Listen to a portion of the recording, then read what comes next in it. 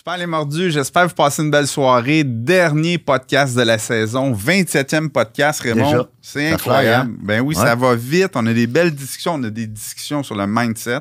Ça se passe vraiment entre les deux oreilles. L'humain. Pour notre dernier épisode, là, t'espères quoi là, en ce dernier épisode? Ah, Parce ben, qu'on a des invités de marque. Oui. Ouais. Je me suis gâté. J'ai invité deux de mes préférés. Parfait, ça.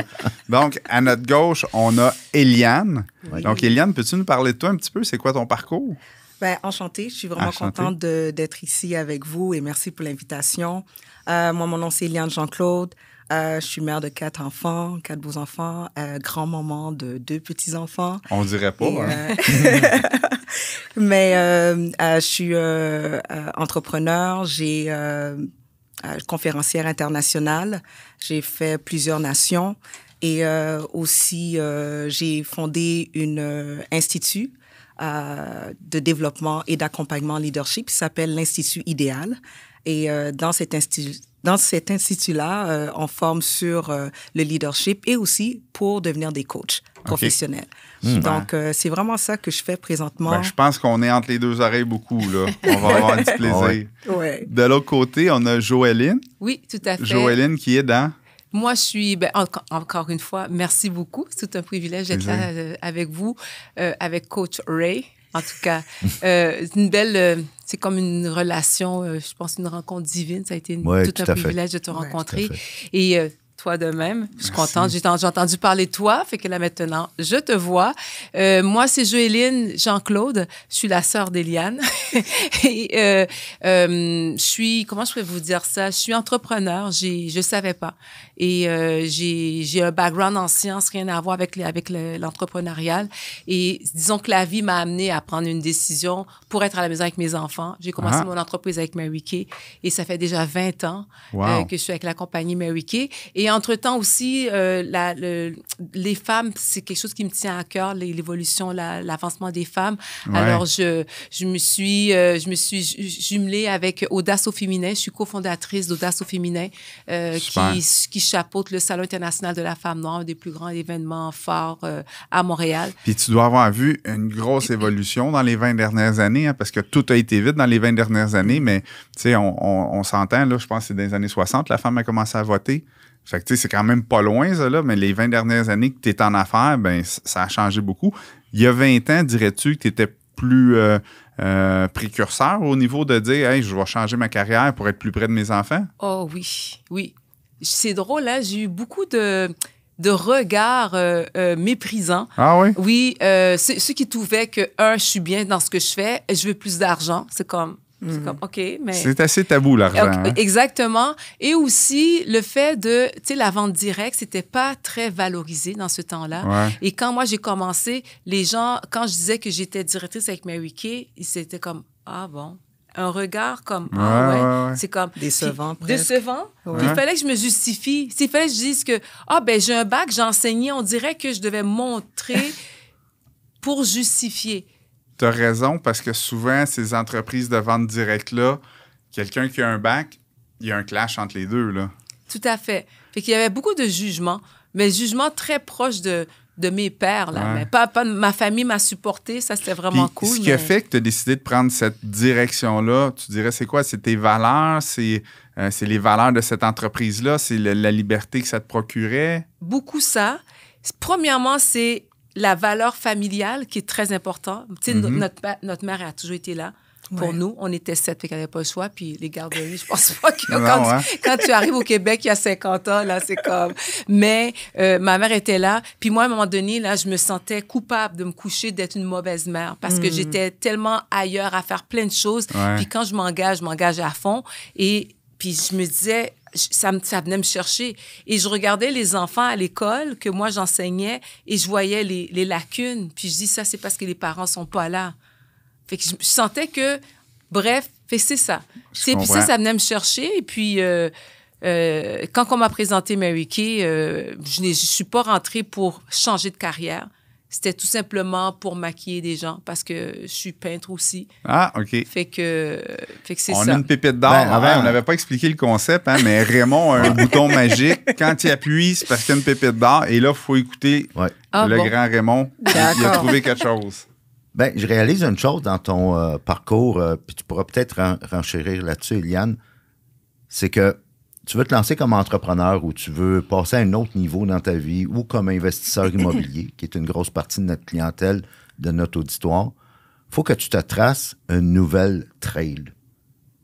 C'est-à-dire qu'il faut que tu sortes parce que souvent, tu sais, la phrase la plus dangereuse en leadership ou dans n'importe quoi, c'est « on a toujours fait ça comme ça ». Puis c'est confortable, le cocon familial. Pour certains, ça ne l'est pas, mais pour beaucoup de gens, ça semblait l'être pour vous. Je pense que vous avez été dans un bel environnement familial qui peut aussi être un piège, des menottes dorées. C'est vrai. C'est vrai. Puis quand tu as voulu tracer ta propre trail, ben, tu as dû avoir un inconfort parce que tu sortais de la trail. Là. Mais pas du côté de ma famille. OK. Ouais, okay. Mon père a un autre mindset. Pas du côté, oui. Ça, c'est vrai. C'était lui que je craignais le plus. OK? Et puis, quand j'ai été le voir pour lui dire que, papa, je veux faire ça je veux changer de carrière. Et puis, il m'a dit, si c'est ce que tu veux, ma chérie, je vais prier pour toi. Oh. Pour moi, ça a été comme ma délivrance, là, tu sais. Ouais. Et, la famille a toujours été comme vraiment importante pour nous. Je regarde même moi, dans le temps où est-ce que j'étais artiste. Et je me souviens, et ça allait vraiment bien. Je me souviens, j'ai fait une tournée aux Antilles. Et dans ce temps-là, mon fils, Patrick... qu'on a reçu il y a 5 semaines. Ouais. Ah, ben oui. Mais on va raconter l'histoire dans pas long. On raconte l'histoire dans pas long, oui. Donc, c'est avec lui que j'ai décidé, parce que le band, le directeur musical, il est arrivé à un accident, il ne pouvait plus se déplacer.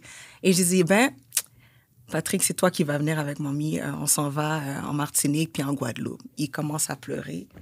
Il avait quel âge? 12 ans. Il dit, moi? Mais comment ça, moi? Mais non, puis il commence à... J'ai dit, écoute, moi, je crois en toi. Moi, je pense que tu vas bien y aller, puis ça va bien aller. Mais je me souviens dans tout, et puis ça a super bien été. Comme on a fait toutes les radios ensemble, toutes les télévisions. C'était le prodige, c'était la vedette, là. C'est comme... Voici mon fils. Donc, mais je me souviens, dans le temps, je voyais comment que le momentum prenait et je me suis dit, j'ai dit non, je voudrais pas que ça explose maintenant parce que je voudrais pas rater cette période-là avec mes enfants. Et je m'étais dit, j'ai dit, Seigneur, ouvre pas les portes tout de suite. J'ai dit, parce que je veux m'assurer que j'ai été là avec mes enfants. Et dans cette période-là, j'aurais pas été là, je les aurais perdus. Je les aurais perdus, puis je voulais pas rentrer dans la fameuse... là, ma mère essaye d'être mon amie. Comme arrivé à un certain âge. Et moi, c'est quelque chose que... et je me souviens, dans ce temps-là aussi, après, il y avait beaucoup de voyages qu'on faisait pour justement des conférences, mais je m'assurais toujours de garder un contact avec mes enfants. Et puis, j'ai dit, je ne voudrais pas que mes enfants puissent dire, ma mère n'était pas là. Donc, pour moi, c'était extrêmement important, puis c'était non négociable. Donc, j'ai préféré laisser tomber. J'ai pas laissé tomber, mais presque. Mais, je veux dire, au moins, qu'est-ce qui est bien, c'est qu'ils ont toutes... Je veux dire, si maintenant, je devrais repartir, ils peuvent toutes venir avec moi, la gang. Mais c'est tellement fort, cette valeur-là de la famille, comme... Pour faire un pas, tu vas y penser 2, 3, 4 fois. Surtout parce que, je veux dire, si après, tu vois que tu as bâti quelque chose de super grand, mais tu n'as pas ta famille comme cheerleader, je veux dire, comme me faire acclamer par plein de gens puis que mes enfants ne sont pas en train de m'acclamer. Et ça, je disais à mes enfants, je me disais, hey, ici, là, les premiers fans, là, le fan club, là, ça se passe ici. Si quelqu'un gagne, on crie comme si on était dans le stade. On fête. Écoute, si c'est une occasion pour fêter, on va le prendre. J'ai dit, there's no way que vous allez recevoir de l'acclamation plus de des gens à l'extérieur ou vos amis ou quoi que ce soit qu'ici dans la maison. J'ai dit, le premier fan club, là, ça se passe ici. Tu sais, une chose que je veux rebondir sur ce que tu dis, beaucoup de jeunes femmes, ce que je trouve aujourd'hui, elles ont tellement peur de passer à côté de... Il y a beaucoup d'opportunités. On dirait, là, que... Ça manque pas. C'est comme... Puis elles ont tellement peur de... de manquer quelque chose, c'est parce qu'ils ont la famille, oui, mais il y a ma carrière. Moi, je me dis, une femme intelligente reste intelligente. Oui. Tu sais, je veux dire, tu mets le temps qu'il faut pour la famille parce que ces enfants-là, ils sont venus. C'est une bénédiction, c'est un héritage. On te les donne pour les amener à quelque part. Moi, je trouve que c'est une priorité parce qu'après ça, tout vient après. Ouais, tout Au bon revient. moment, tout vient, puis ça vient avec une sérénité et aussi avec une paix d'esprit en sachant que ta base, elle est là. Elle est là. Ouais. Puis comme tu dis, Eliane, moi, tous mes accomplissements, à chaque fois, ce que j'ai hâte, c'est d'entrer chez moi parce qu'on m'attend. Ouais.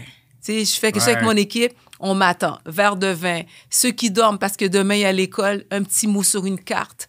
Si on a le droit à un verre de vin à la fin de la journée. Parce que des fois, je me sens coupable. Là. Oh! Chez Non, nous, mais là, ça... mais après, ça paye. Je veux dire, moi, je me souviens, il y a eu un moment donné que j'ai dû arrêter les activités à l'église parce qu'il fallait que je prenne plus soin des enfants. Et moi, c'est quelque chose que dès qu'il y a une situation, je trouve une autre, pour moi, les défis deviennent des opportunités.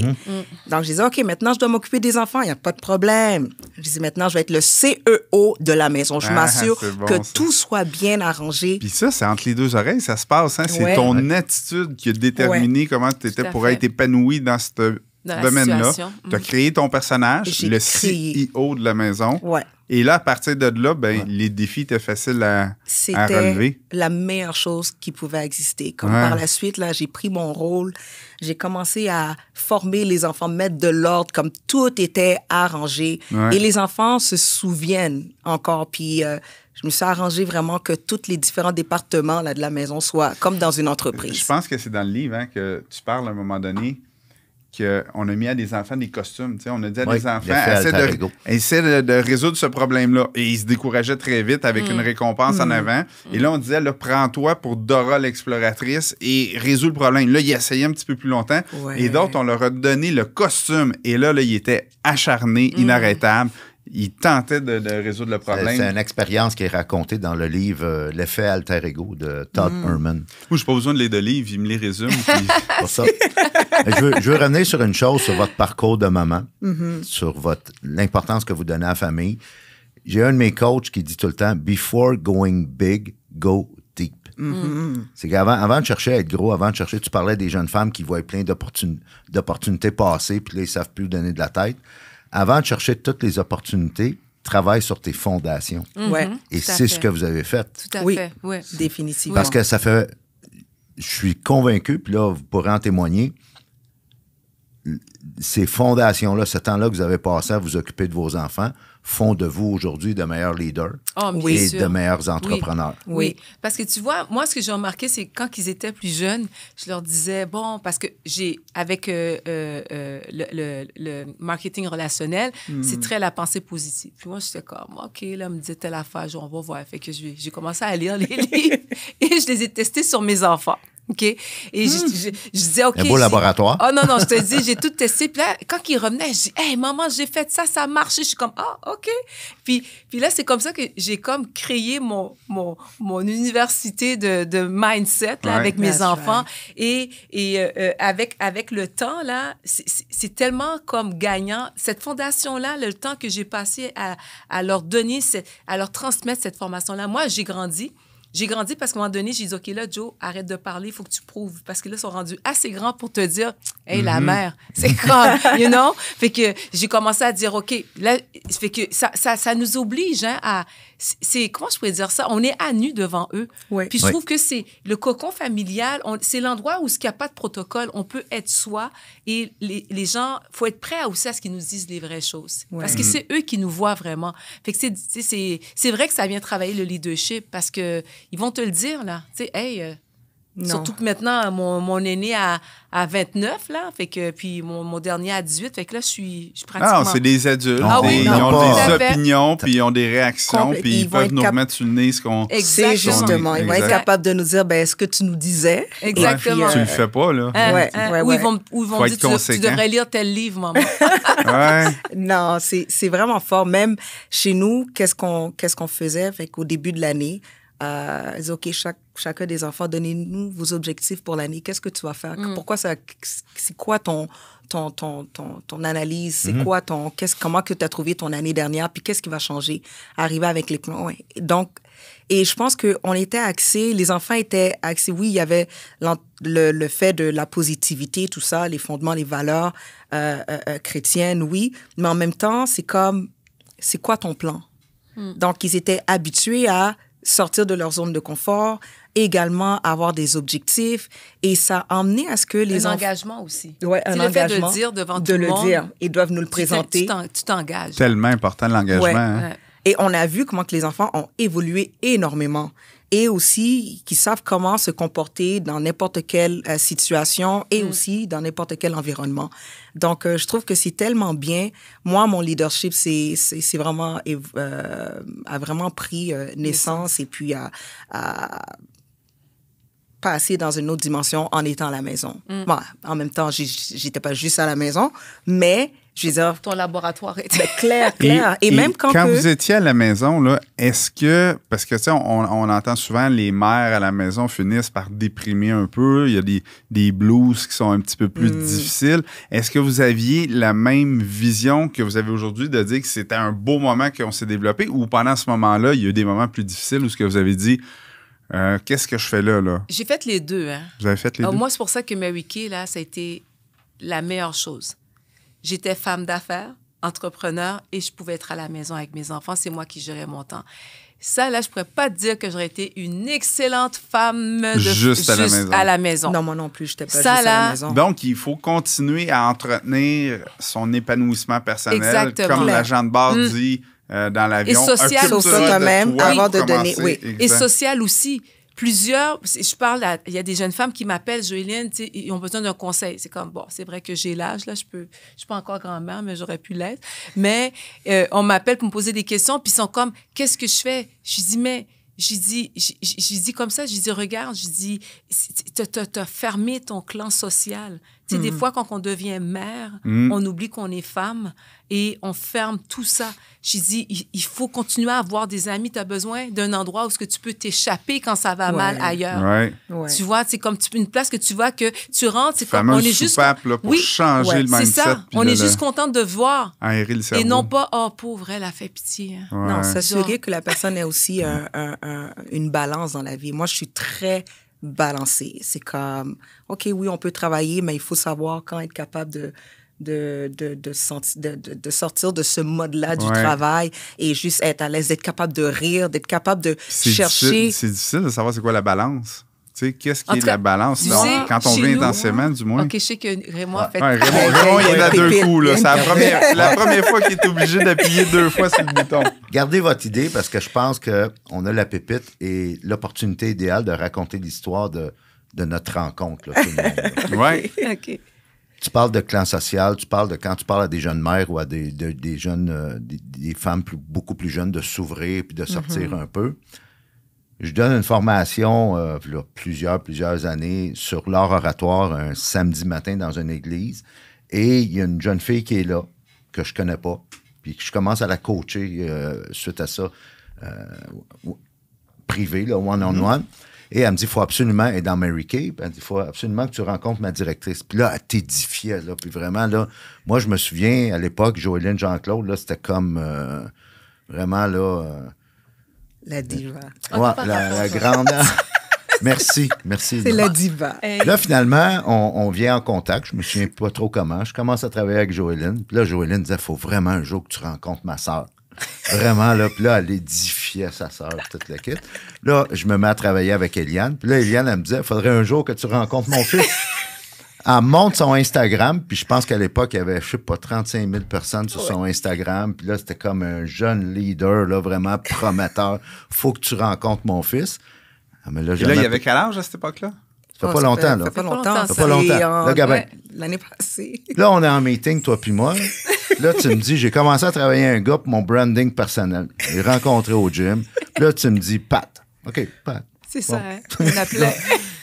Là, on a un souper, le souper tournant des mordus à Brassard. Je pense à Noël l'année passée. Puis là, le gars, il est là, un beau jeune noir. Puis là, j'ai eu un flash, je sais pas comment, j'ai eu comme un épiphanie. Il semble que je t'ai vu, toi. Je t'ai déjà vu en photo. La ressemblance est vraiment extraordinaire. Là. J'ai pas fait le lien physiquement. Non? C'est qu'il y avait un T-shirt écrit Try God, quelque chose du genre. Oui. Je sais pas, c'était comme le déclic. Ta mère, c'est-tu Eliane? Là, il me regarde, tout croche, là, vraiment, les yeux grands. J'ai dit, j'ai coaché ta mère. Là, il dit, c'est toi. J'ai coaché ta tante, j'ai coaché ton oncle. C'est à cause de toi qu'il a fallu qu'on recommence l'enregistrement. Et là, voici la pépette d'or. Sors de la maison. C'est vrai. Que tu sois introverti, extraverti, c'est même pas important. Introverti, extraverti, c'est 50-50 sa planète. Donc, comme dirait Shakespeare, no big deal. On s'en fout que tu sois introverti, extraverti. Tu veux grandir, tu veux faire avancer ta business, tes investissements immobiliers. Sois en mouvement, sors de la maison, tu sais jamais ce qui peut arriver. Ouais.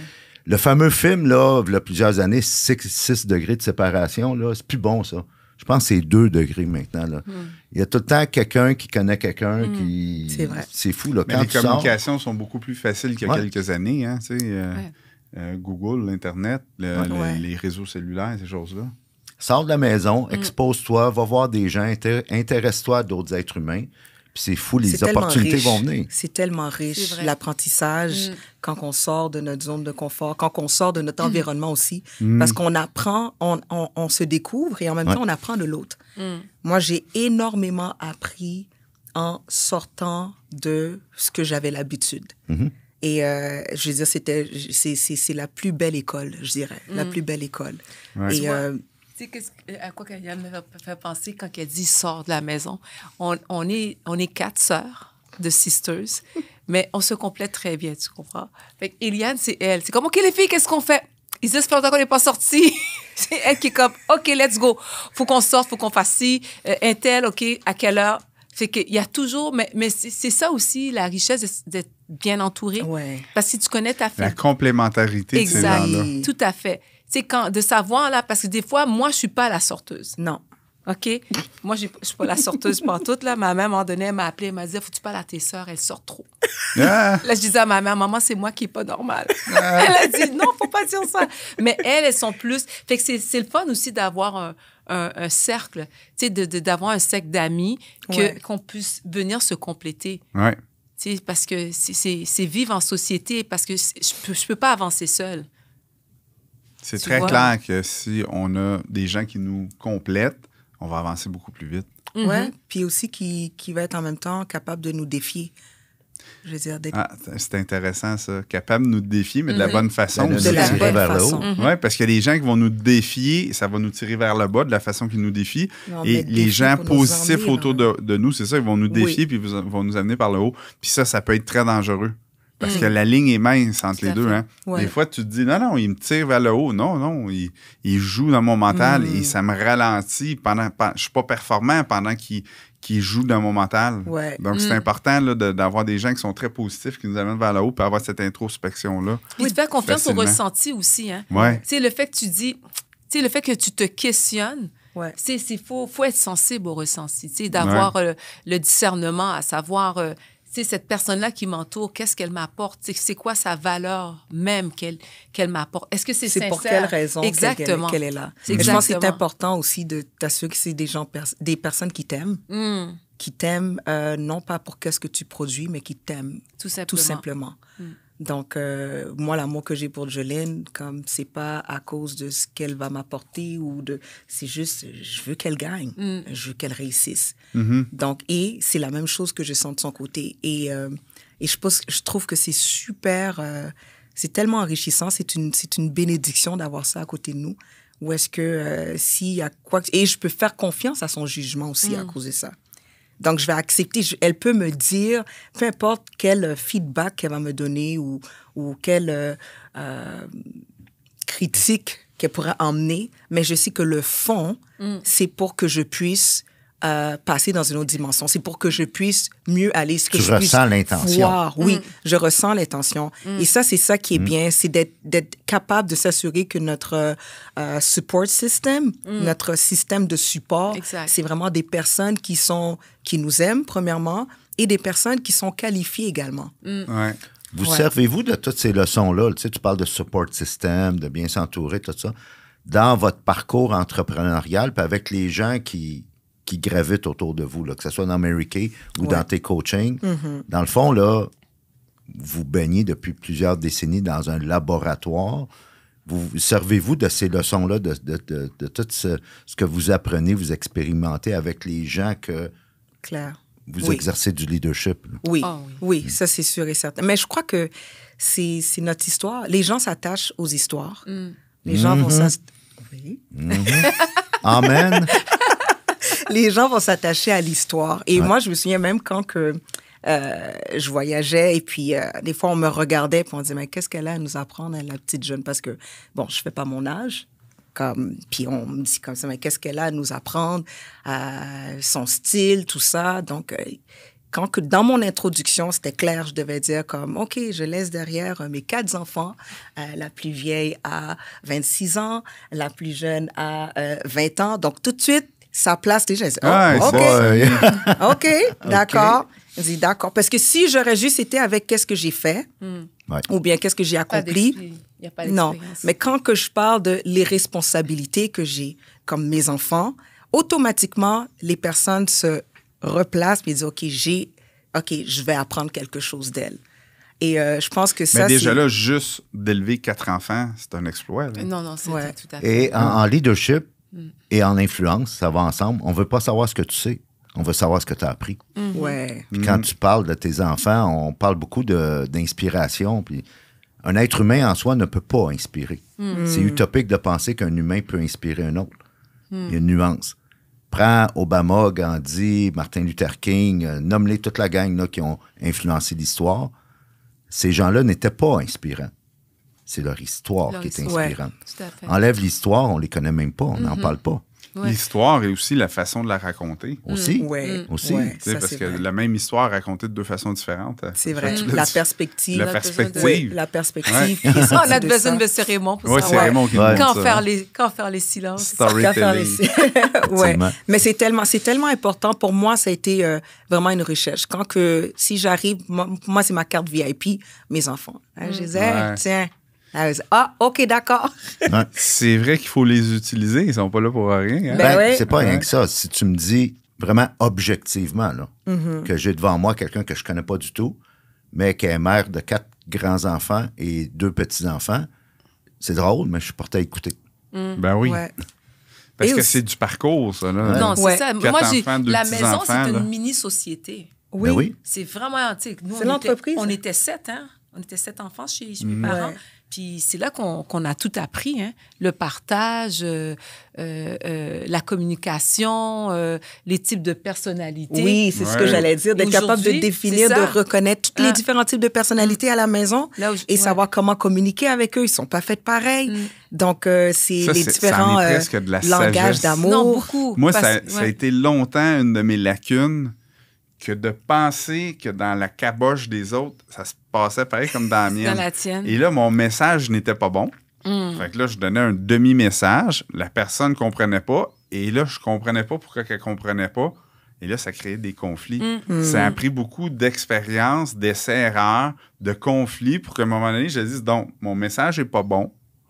Ça se passe pas... Le récepteur ne fonctionne pas comme mon émetteur. Là, il faut que j'ajuste l'émetteur. Faut que j'ajuste son récepteur pour que le message passe comme il faut. Exact. Il faut que ça soit bien reçu. Fait que ça, pour moi, ça a été très long d'apprentissage. Mesdames, l'entrevue tire déjà à sa fin. Bon. Comme d'habitude, ça passe trop vite. Peut-être nous amener vers un mot de la fin, Joëline. Tu as combien de directrices, tu as combien de filles là, sous toi dans Mary Kay? À peu près, là, plus ou moins. À peu près, l'équipe, une 12aine de directrices. Et en gros et partout, je te dirais peut-être 300 conseillères 300 environ. conseillères. Bon, alors, on parle de centaines de jeunes femmes qui veulent améliorer leur sort. Exactement. Et qui, pour la plupart, dis-moi si je me trompe, doivent avoir un mindset d'employé. Mindset ils n'ont pas encore, disons, le mindset d'entrepreneur. Alors, c'est quoi ton défi? Puis c'est quoi le message que tu leur passes? Comment tu... C'est premièrement si elles sont des femmes à la maison, elles sont déjà des leaders. Ouais. C'est de leur faire comprendre que vous avez pu élever des enfants, vous êtes capable de gérer tu l'as déjà. Fait que le leadership, c'est pas une question de titre. Non. Et ça se développe, Dieu merci. Alors maintenant, c'est comment le transposer dans ce milieu-là, que maintenant, tu dois être redevable envers toi-même. Donc, c'est aussi apprendre à s'aimer, à se faire confiance et à se sentir, comment je pourrais dire, enlever le syndrome de l'imposteur. C'est comme si que c'est... Mais souvent, les gens, ils ont les compétences, mais ils savent juste pas, ou ils ont juste pas la confiance pour dire, moi, je suis capable de faire ça. Et même quand ils l'ont, ils veulent pas l'accepter. On devrait cesser de dire syndrome, parce que c'est pas une maladie. C'est vrai. C'est un sentiment. Un sentiment. Qui se travaille. Quelqu'un m'avait dit ça, c'est vrai. C'est plus, c'est vrai. On rejette ça, je suis pas malade. C'est ça. Mais c'est vraiment ça. C'est cette transition-là, mais c'est beaucoup travailler dans l'estime et la confiance en soi et de lui faire voir plus grand aussi. Parce que très souvent, on est limité par quelqu'un qui nous dit quelque chose. Maintenant, ben, c'est ça. Donc, tu leur fais voir une vision plus grande et c'est là qu'elles peuvent grandir. Exact. Puis comme j'aime souvent dire, le meilleur compliment que j'ai, c'est pas mon nom écrit dans l'applause ou quoi que ce soit. Ça, c'est la reconnaissance de chez Mary Kay. Mais c'est le mari qui me dit merci pour ce que tu as fait avec ma femme. Oh. Wow! L'enfant qui dit, wow, maman, est-ce que tu vas dans ta réunion? Parce qu'on voit le changement. Fait que quand on apprend Parce qu'elles deviennent de meilleurs êtres humains. Exactement. Tout à fait. Puis ça, c'est l'environnement. Hein? Encore une fois, on parlait de l'environnement. C'est tellement important. Ben, dis-moi avec qui tu te tiens, je vais te dire qui tu vas devenir. Tout à fait. C'est drôle parce qu'on a parlé de l'environnement dans les 3 derniers épisodes. Ouais, dans des circonstances différentes. Tu sais, c'est ça qui est important. Hein? Le podcast, ça se passe entre les 2 oreilles. Il y a tellement de choses entre les 2 oreilles, mais c'est toujours les mêmes concepts qui reviennent. C'est vrai. Tu sais, là, chaque discussion qu'on a eue, les concepts tournent autour de la même chose. Il y a un élément si tu veux avoir du succès, si tu veux t'épanouir, si tu veux avoir un gros réseau, c'est toujours les mêmes concepts, la même recette. La même recette qu'on va assaisonner à notre façon différente pour s'épanouir à travers ça. C'est vrai. Merci, mesdames. Autour de la table. Merci, C'était vraiment super, une belle rencontre. Merci beaucoup d'être venu. Ça termine notre saison. Déjà? À chaque fois, je ferme une saison, j'ai des frissons. Félicitations. 3e saison déjà. J'espère qu'on va vous revoir. Prochaine saison, encore des invités succulents. On se revoit dans quoi, 2-3 mois? Effectivement. Merci les mordus. Bye tout le monde.